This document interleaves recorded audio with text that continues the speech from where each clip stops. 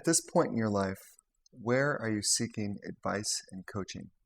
You know, a lot of it's around entrepreneurial sort of strategy and executive leadership things, and I'm not sure I'm seeking it as much as I'm getting it.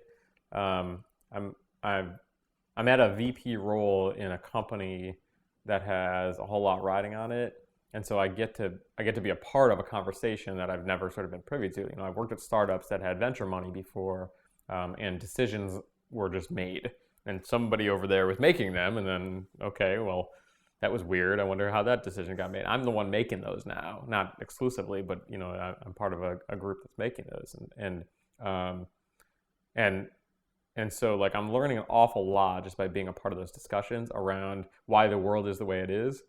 And you can intuit a lot of that, but to actually be in the room and see a trade-off made around, pick sort of two polar opposite ideas. What's right for engagement? What's right for scale? What's right for time to market? What's right for brand equity? Like those kind of conversations are getting made.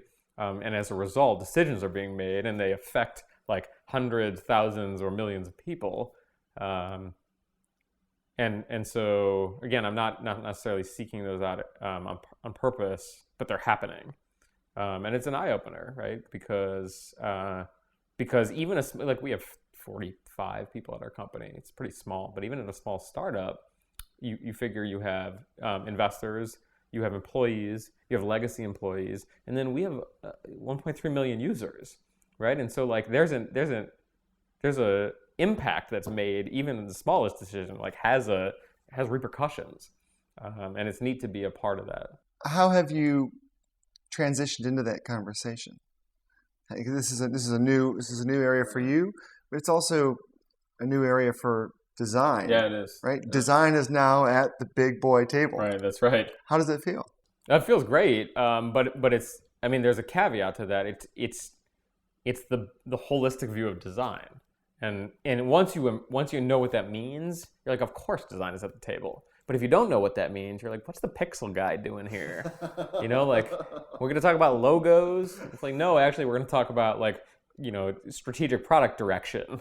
But this idea that the champion for users is at the same table as the champion for financial viability, I actually think speaks really well for all of the work that like all of my colleagues have been doing for the last 15, 20 years.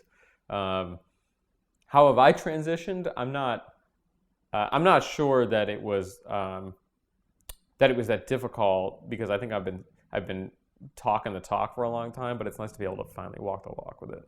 I see the vision, or I have seen the vision for how design should be, and it's nice to actually see it happening. And it's happening not just at my organization. I mean, it's happening at major companies. You're watching IBM, you know, rework around design. You're watching Procter & Gamble embrace it. It's happening at consultancies. And so, you know, it's nice to sort of see it have its moment, right? I hope it's not fleeting.